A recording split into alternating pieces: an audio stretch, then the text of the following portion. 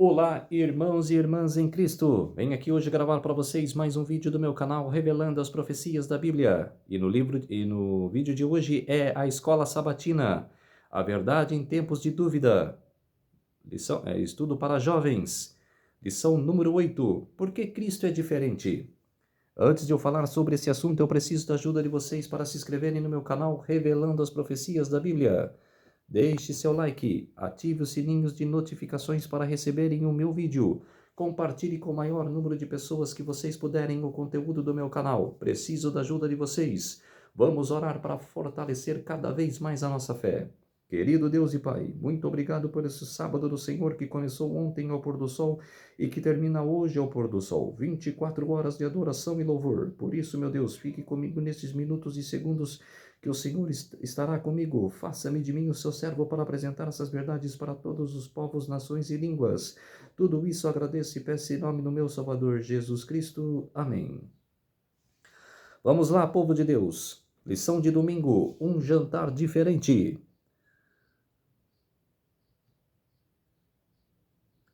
Imagine uma conversa entre os mestres religiosos mais influentes da história. Maomé é profeta do islamismo. Fala sobre as mensagens do Alcorão. Buda, o príncipe que abandonou o luxo, compartilha o caminho para a iluminação. Krishna, futura figura central do Bhagavad Gita, ensina sobre dever e devoção. Então chega Jesus e afirma não ser apenas um mestre, mas o próprio caminho, a verdade e a vida. João capítulo 14, verso 6.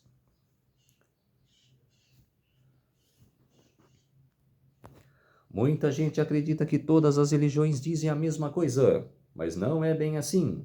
Apesar de algumas semelhanças, as visões são diferentes e muitas vezes opostas sobre quem é Deus e o que precisamos fazer para nos aproximar dele. Quando o assunto é o mal no mundo, as respostas também são bem diferentes. E essa diferença fundamental levou C.S. Lewis a refletir sobre quem Jesus realmente era.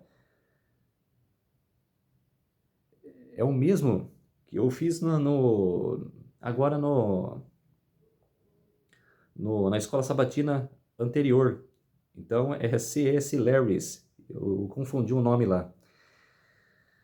E ele escreveu: um homem que fosse meramente um ser humano e dissesse o tipo de coisa que Jesus disse que não seria um grande mestre de moral. De duas, uma: ou ele seria um lunático do nível de alguém que afirmasse ser um ovo frito, ou então seria um diabo em pessoa. Faça sua escolha: ou esse homem era o filho de Deus, ou então um louco ou algo pior. Cristianismo Puro e Simples, de Thomas Nelson Brasil, 2017, página 86. Quer dizer, esse rapaz escreve coisas interessantes. E é bem assim mesmo, ou é ou não é. Gostei das escritas dele. Jesus não veio só para ensinar boas ideias ou práticas espirituais. Ele afirmou ser Deus, e há evidências históricas e proféticas que comprovam isso. Séculos antes, o Antigo Testamento revelou detalhes da vida de Jesus. Miqueias 5:2 anunciou que o Messias nasceria em Belém. Isaías 53 descreve um servo rejeitado que sofreria pelos pecados do povo. Daniel 9:24-27 apresenta uma das profecias mais impressionantes da Bíblia, como uma linha do tempo que se encaixa perfeitamente na vida e na morte de Jesus.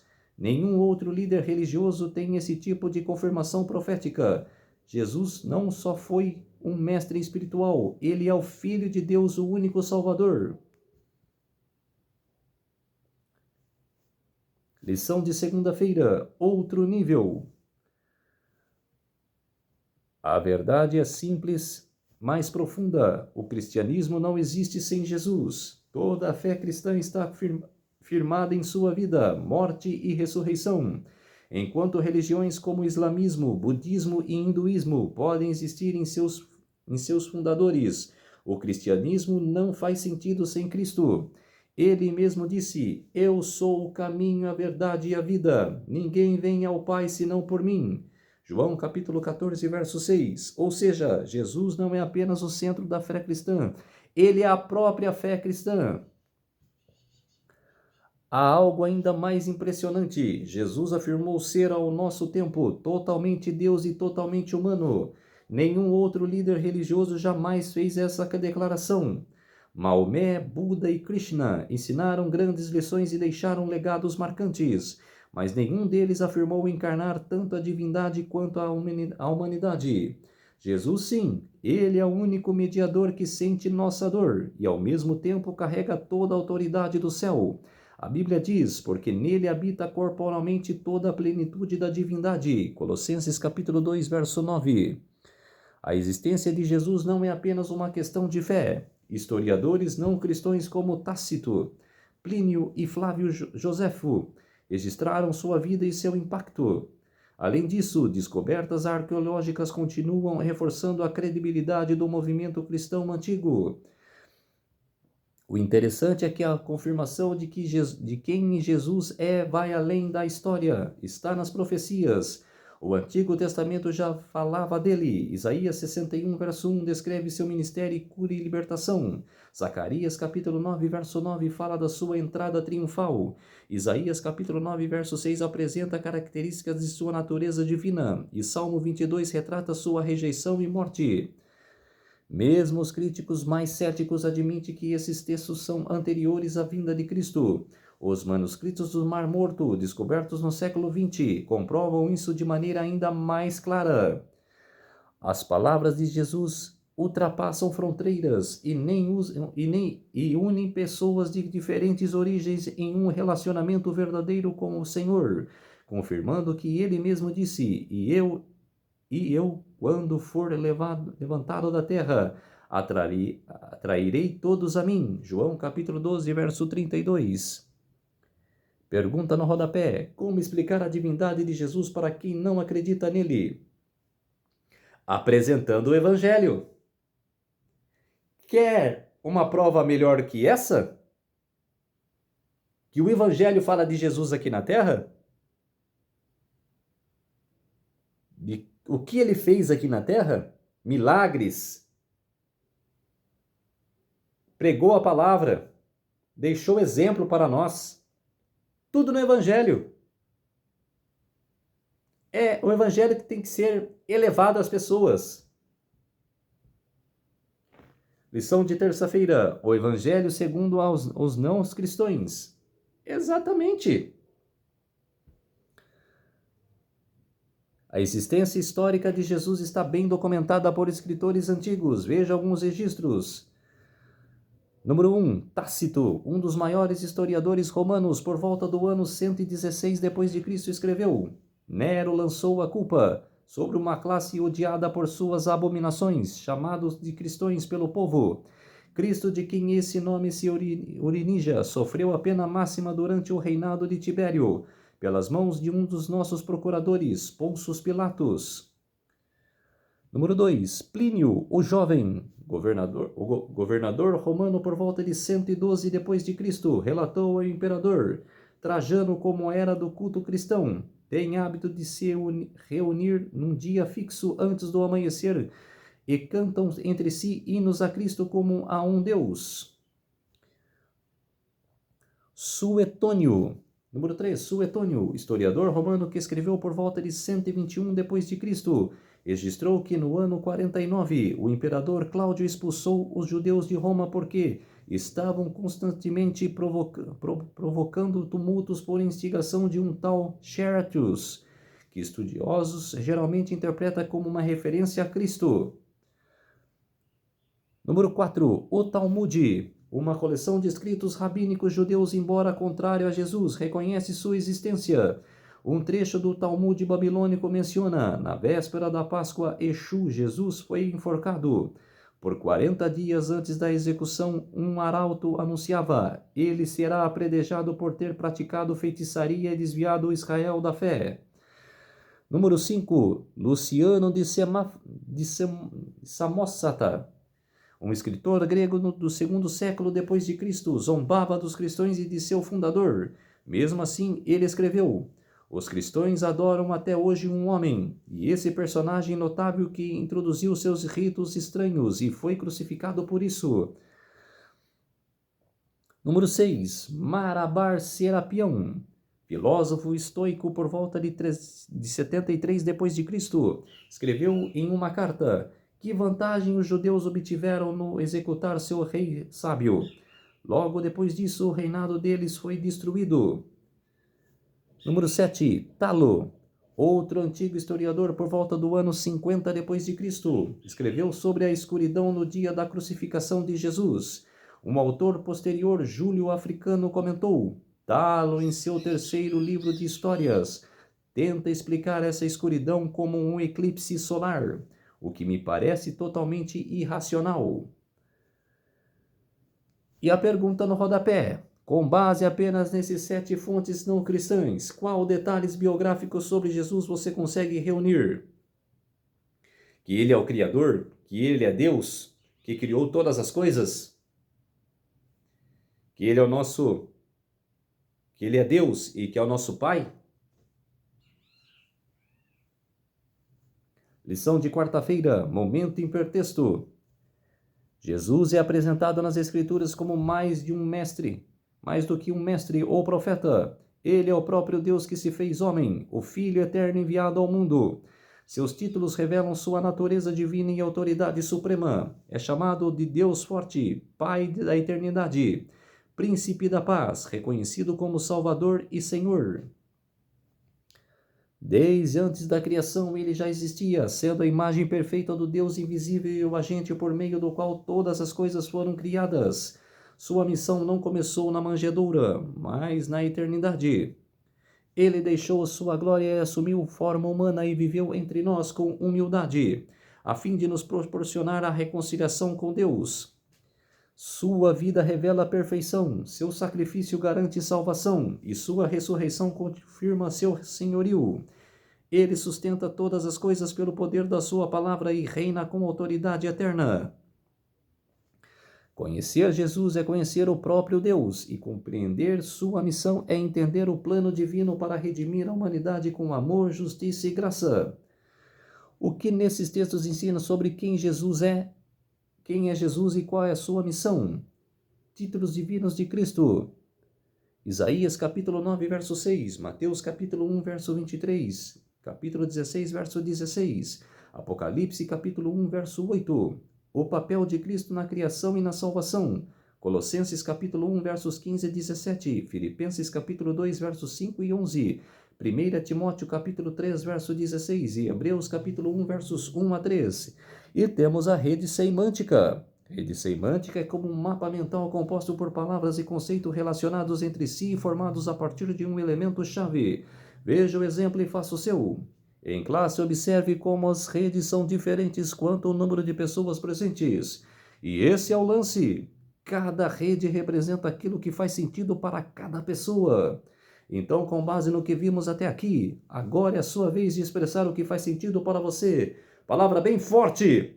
Você que assistiu depois esse vídeo, jovens e adultos, falam bem forte a palavra Jesus! Lição de quinta-feira, uma história para contar. O filósofo Alvin Platininga disse: e essa tremenda manifestação de amor e misericórdia, isto é, o sacrifício de Jesus, não somente a maior história já contada, é a maior história que poderia ser contada. No livro Ciência, Religião e Naturalismo, Onde está o conflito? Vida Nova 2018, página 66. E nós temos essa história para contar. Por séculos incontáveis pessoas aguardaram com esperança a vinda do Messias prometido. Logo após a queda no Jardim do Éden, Deus acendeu a primeira chama dessa esperança, prometendo o descendente que esmagaria a cabeça da serpente. Gênesis capítulo 3, verso 15. E essa promessa anunciava a vitória definitiva de Cristo sobre o pecado e a morte. Gerações depois, Abraão recebeu outro sinal. No lugar de Isaque, Deus providenciou um carneiro preso pelos chifres em um arbusto. Gênesis capítulo 22, verso 13. Essa substituição anunciava o sacrifício de Jesus, o Cordeiro perfeito que daria sua vida em nosso lugar. Em um dos seus sonhos mais marcantes, Jacó viu uma escada que ligava a terra ao céu, com anjos subindo e descendo. Gênesis capítulo 28, verso 12. Essa imagem apontava para Jesus, o elo vivo entre Deus e a humanidade, algo que o próprio Cristo confirmou em João capítulo 1, verso 51. Moisés também viu uma imagem de salvação. O Senhor ordenou que ele levantasse uma serpente de bronze em um poste, e todos os que nele olhassem para ela seriam curados das mordidas venenosas. Números capítulo 21, versos 8 e 9. Jesus usou essa cena para explicar sua própria morte na cruz, quando seria levantado para curar a humanidade ferida pelo pecado. João capítulo 3, verso 14. O povo de Israel via Cristo refletido no santuário. Cada cordeiro sacrificado no templo apontava para o Cordeiro de Deus, que viria tirar o pecado do mundo. João capítulo 1, verso 29. O Cordeiro da Páscoa, cujo sangue protegeu os israelitas na morte do Egito, simbolizava Jesus, cujo sangue nos salva da morte eterna. Hoje vivemos o termo do cumprimento de todas essas profecias. Conhecemos a história completa. Jesus veio, sacrificou-se e ressuscitou.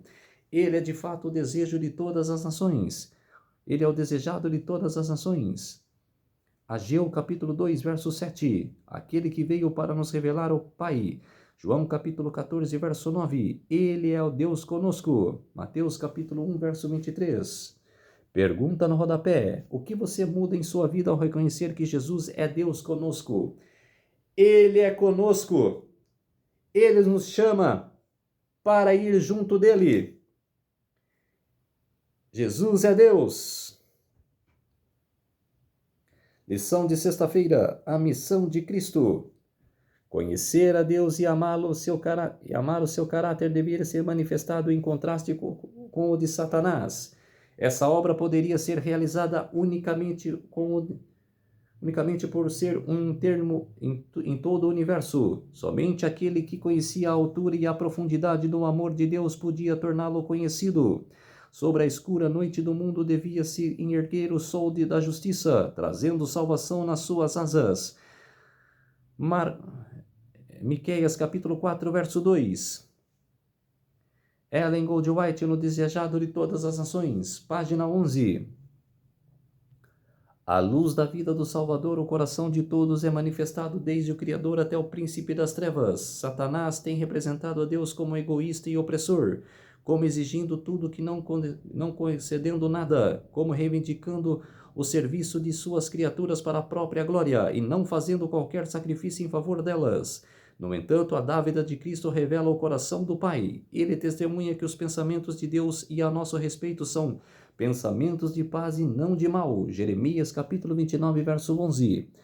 Deus declara que embora o ódio de Deus ao pecado seja forte como a morte, seu amor para com o pecador é ainda mais forte do que a morte. Havendo realizado nossa redenção, não poupará coisa alguma por mais preciosa que ele seja, se for necessário a finalização de sua obra. Todo o universo do céu está aberto àqueles que ele busca salvar, havendo reunido as riquezas do universo e aberto os recursos do poder infinito. Deus entrega tudo nas mãos de Cristo e diz: tudo isso é para um ser humano. Usa tudo isso para provar o que não há na terra e no céu, amor maior do que o meu. Ellen Goldwhite no livro Desejado de Todas as Nações, páginas 35 e 36. Em todos os tempos filósofos e mestres têm apresentado ao mundo teorias para satisfazer as necessidades espirituais. Todas as nações pagãs têm tido seus grandes guias e sistemas religiosos oferecendo outros meios de redenção que não procedem de Cristo, desviando os olhos das pessoas de face do Pai e enchendo-os de medo daqueles que só lhes têm dado bênçãos. Sua obra tende a roubar de Deus o que lhe pertence, tanto pela criação quanto pela redenção. E nesses falsos mestres também roubam as pessoas. Milhões de seres humanos estão presos a falsas religiões, na escravidão de um medo de que aprisiona, por insensata indiferença, e como tem ainda, hein? Trabalhando como animais de carga, sem esperança, alegria ou inspiração neste mundo, e tendo apenas um estúpido temor do além. Unicamente o Evangelho da graça de Deus pode erguer a pessoa, a contemplação de seu amor manifestado em seu Filho, comoverá o coração e despertará as energias de maneira sendo igual. Ellen Goldwhite, no livro Desejado de Todas as Nações, páginas 384 e 385. Exatamente, ela falou certo. Tem muitas pessoas que estão como burros de carga hoje em religiões falsas, religiões que não tem nada a ver, principalmente católicos, que estão aí, igual eu falei ontem nos vídeos, passeatas e passeatas em um Deus, em uma imagem falsa, como se diz, uma imagem pagã, que foi revertido por uma imagem cristã. Mas isso é mais duro ainda. Lição de sábado, Deus conosco. Eis que a Virgem conceberá e dará à luz um filho, e ele será chamado pelo nome Emanuel. Mateus capítulo 1, verso 23. A expressão grega monógenes, unigênito, usada para Jesus, descreve alguém único, sem igual. Cristo é aquele que, por ser humano, que se compadece de nós, mas que, como Deus, tem poder infinito para nos ajudar a vencer as batalhas da vida. Reflita essa citação do teólogo Ramin Rodor. Jesus Cristo nunca compôs uma música e jamais escreveu uma canção ou um livro. Contudo, proveu tema para mais canções, música, livros e poemas do que todos os compositores, escritores e poetas juntos. Nunca exerceu formalmente a medicina em qualquer consultório, mas curou multidões sem remédios e sem cobrar consultas ou honorários. Ao longo da história, ele tem curado mais corações partidos do que todos os psiquiatras e psicológicos. De fato, o coração partido é a sua especialidade. Ele nunca comandou um exército, nunca recrutou um soldado ou dispersou uma só arma. E, no entanto, nenhum outro líder jamais teve sobre seu comando mais voluntários. A seus pés, mais rebeldes têm depositado suas armas do que sobre as ordens de qualquer outro conquistador. Algo extraordinário em sua carismática personalidade tem atraído a milhões e inspirado a aliança, lealdade e reverência de homens e mulheres através dos séculos. O nome dos filósofos e políticos, estadistas, mestres humanos, cientistas, escritores e teólogos despontam e desaparecem no corredor do tempo, mas o nome de Jesus Cristo permanece para sempre atual. Amém. Por isso, escreveu certo esse escritor. O próprio calendário está baseado em seu nascimento. Herodes não pode matá-lo, o diabo não pode seduzi-lo, a morte não pode corromper o seu corpo e a sepultura não pode retê-lo. Por todos os critérios da avaliação, ele é o personagem central da história. No livro O Incomparável Jesus Cristo, Unipresses 2011, página 16. Exatamente. Escreveu certo esse rapaz. Então, povo de Deus, esse foi a lição número 8 da Escola Sabatina, a verdade em tempos de dúvida. Para jovens, vamos orar para fortalecer a nossa fé. Querido Deus e Pai, muito obrigado por esses minutos e segundos que o Senhor esteve comigo. Fez-se de mim o seu servo para apresentar essas verdades para todos os povos, nações e línguas. Tudo isso agradeço e peço em nome do meu Salvador, Jesus Cristo. Amém. Então, povo de Deus, se inscrevam no meu canal Revelando as Profecias da Bíblia. Deixe seu like, ative os sininhos de notificações para receberem o meu vídeo. Compartilhe com o maior número de pessoas que vocês puderem o conteúdo do meu canal. Preciso da ajuda de vocês. Um feliz sábado a todos e até o próximo vídeo. Tchau!